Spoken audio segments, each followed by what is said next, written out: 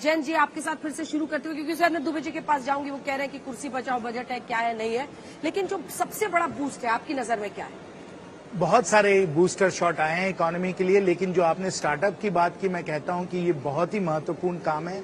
बहुत दिन से इसका कंप्लायंस जो था बड़ा ही लोगों को दिक्कत दे रहा था, टैक्स अथॉरिटीज के साथ आपका झमेला चल रहा था, इसको सबको दूर कर दिया गया, इसको हटा दिया गया है और इससे रोजगार को भी बहुत फायदा मिलेगा, क्योंकि स्टार्टअप जो हैं अब बड़ी तेजी से बढ़ सकते हैं, उनको कोई एंजल टैक्स की दिक्कत नहीं होगी। साथ साथ जो नेशनल रिसर्च फाउंडेशन अनुसंधान जिसको 1 लाख करोड़ मिलने वाला है, इससे भी हमारे स्टार्टअप इकोसिस्टम को बहुत फायदा मिलेगा, क्योंकि नए नए जो रिसर्च किए जाएंगे, नए नए साइंस जो किया जाएगा, उसके द्वारा और स्टार्टअप्स का प्रोत्साहन होगा और स्टार्टअप्स हमारे निकलेंगे और बड़ी तेजी से बढ़ेंगे।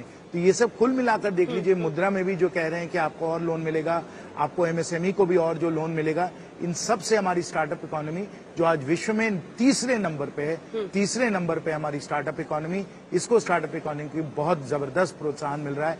ये इस बजट का एक बहुत बड़ा ठोस कदम है। ठीक है, अखिलेश यादव और राबड़ी देवी कह रही है 26,000 करोड़ मिला है, वो कह रही है कि ये झुनझुना है। आप लोग कह रहे हैं कुर्सी बचाओ है, तो ये जो रस्साकशी चल रही है अच्छा है कि नहीं है? मतलब आपको बजट में क्या क्या अच्छा लगा? अंजना जी नमस्ते।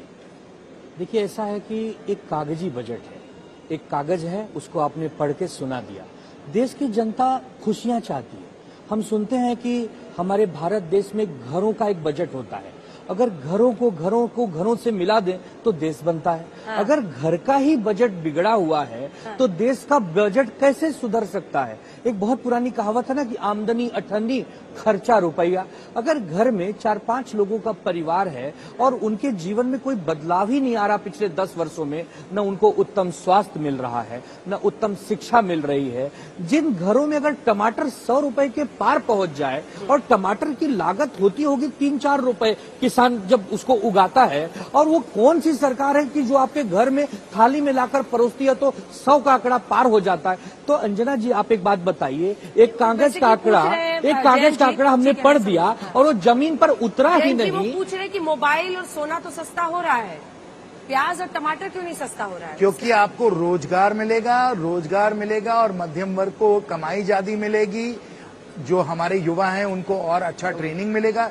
इस प्रकार से घर का बजट भी अच्छा चलेगा और सरकार की बजट भी बहुत अच्छा चलेगा। और कृषि क्षेत्र में जो आपने कहा कि महंगाई है, आप थाली नहीं भर पाते हैं, जो कृषि क्षेत्र में जो निवेश किया जाएगा, प्रोत्साहन दिया जाएगा, उसमें जो थाली में जो आपको पदार्थ मिलते हैं उनका भी दाम कम होगा। तो इस प्रकार से थाली की भी सोच की गई है और देश में जो भी काम करना है उसकी भी सोच। अंजना जी, जब हम वर्तमान की बात करते हैं तो या तो ये अतीत की बात करते हैं या तो भविष्य की बात करते हैं। किसने अतीत बोला? अरे भाई, कहते तो हैं सदन में खड़े होकर, प्रधानमंत्री जी नेहरू जी की बात कर देते हैं। हम वर्तमान में ये कह रहे हैं कि 2 करोड़ नौकरियां हर साल हमें आज 2024 में चाहिए। आप कह रहे हैं कि भविष्य में देंगे, 2047 तक विकसित भारत बनाएंगे, करोड़ों लोगों के पास रोजगार होगा, लेकिन तब तक जिएंगे कैसे? अगर आपने 3 लाख से 7 लाख के 5% अगर लगाया, अगर इसे नहीं लगाते तो कौन सा ऐसा समस्या देश के सामने खड़ी हो जाती? वही तो असली जड़ है, वही तो एक इनकम के बहुत बड़े तबके। महाजन साहब, क्या सबसे बड़ा आपको नजर आ रहा है इस बजट में? सबसे बड़ा टेक अवे क्या है? देखिए, जब बजट बनाया जाता है तो पूरे देश भर को ध्यान में रख करके बनाया जाता है। युवा का भी ध्यान रखना है, किसान का भी ध्यान रखना है, महिला का भी ध्यान रखना है, गरीब का भी ध्यान रखना है। उस दृष्टि से यदि हम देखते हैं तो एक बहुत इनोवेटिव स्कीम्स लेकर के ये बजट आ रहा है। कौन सी? खास तौर पर जो अप्रेंटिसशिप स्कीम है। हाँ। आप समझिए कि इस समय सबसे बड़ी समस्या इंडस्ट्री को स्किल मैन पावर की है, और स्किल्ड मैन पावर इसलिए नहीं मिल पाती है क्योंकि लोगों के पास स्किल सेट्स नहीं है जिस प्रकार की चाहिए। लेकिन इस बजट के माध्यम से जो एक बड़ी संख्या में युवाओं को अप्रेंटिस रखने की जो बात आई है, अप्रेंटिस के माध्यम से आप समझिए कि उनको वहां स्किल मिलेगी। अगर वह उस इंडस्ट्री में वो एब्जॉर्ब होंगे तो अच्छा है, लेकिन उसके अलावा बाकी इंडस्ट्री में वो एब्जॉर्ब हो सकेंगे। ऐसी बहुत बड़ी ये योजना है। 500 टॉप कंपनीज जिसमें उनको 5,000 के इंटर्नशिप पे रखा जाएगा, वो कंपनीज कौन सी होंगी? क्या पीएसयूज है, प्राइवेट कंपनीज है, कहाँ पर है? दोनों हैं, और इसमें कहा गया है कि सरकार के द्वारा 5,000 रुपए की जो आमदनी है वो दी जाएगी। 500 कंपनियों को कहा जाएगा कि आप इंटर्न्स रखें, और इसके द्वारा 1 करोड़ युवाओं को रोजगार इसके द्वारा मिलने वाला है। तो इसलिए हम लोग समझें कि ये बहुत ही क्रांतिकारी 1 करोड़ इंटर्नशिप्स होगा हाँ, और 1 करोड़ internships 4.1 करोड़ स्टूडेंट्स को बेनिफिट होगा।